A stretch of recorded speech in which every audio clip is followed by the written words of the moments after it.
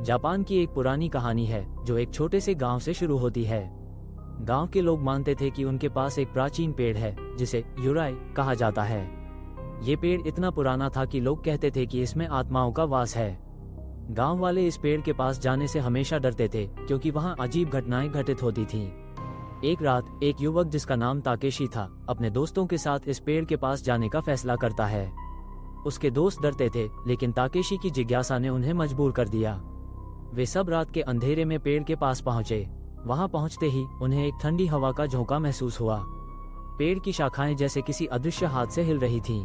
Takeshi ने अपनी हिम्मत जुटाई और पेड़ के करीब जाकर उसकी छाल को छुआ। अचानक उसे एक गहरी आवाज सुनाई दी, तुमने मुझे जगाया है। ताकेशी का दिल तेजी से धड़कने लगा। उसके दोस्तों ने उसे पीछे खींचने की कोशिश की लेकिन वो मंत्रमुग्ध सा खड़ा रहा। उस रात ताकेशी ने अपने सपनों में एक खूबसूरत लड़की को देखा। वो लड़की बहुत उदास थी और उसके चेहरे पर एक गहरा दर्द था। उसने ताकेशी से कहा, मुझे मुक्त करो, मैं इस पेड़ में बंधी हूँ। ताकेशी ने उसे आश्वासन दिया कि वो उसकी मदद करेगा। अगली सुबह ताकेशी ने गांव के बुजुर्गों से इस पेड़ के बारे में पूछा। उन्होंने बताया कि यह पेड़ एक प्राचीन आत्मा का निवास है जो एक बार एक खूबसूरत लड़की थी। उसे एक क्रूर राजा ने मार दिया था और उसकी आत्मा अब इस पेड़ में बंधी हुई है। केवल एक सच्चा प्रेम ही उसे मुक्त कर सकता है। ताकेशी ने तय किया कि वह उस लड़की की आत्मा को मुक्त करेगा। उसने गांव के सभी लोगों को इकट्ठा किया और एक पूजा का आयोजन किया। सभी ने मिलकर प्रार्थना की लेकिन पेड़ ने अजीब तरह से प्रतिक्रिया दी। अचानक पेड़ की छाल फट गई और एक काली धुंध बाहर निकलने लगी। धुंध ने गांव में फैलना शुरू कर दिया और लोगों को अंधेरे में ढक लिया।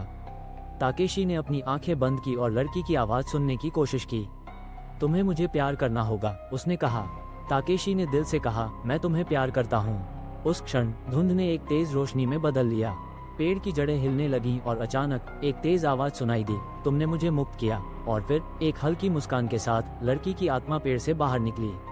ताकेशी ने महसूस किया कि उसकी आत्मा अब शांति में है, लेकिन गांव के लोग अब भी डरते थे। उन्होंने ताकेशी को चेतावनी दी कि उस पेड़ के पास फिर से न जाए। लेकिन ताकेशी ने एक नई जिम्मेदारी ली। वो उस लड़की की याद को संजोए रखने के लिए हर साल उस पेड़ के पास जाता था, ये जानते हुए कि कभी कभी अतीत की आत्माएं हमें हमेशा के लिए बंधी रह सकती हैं।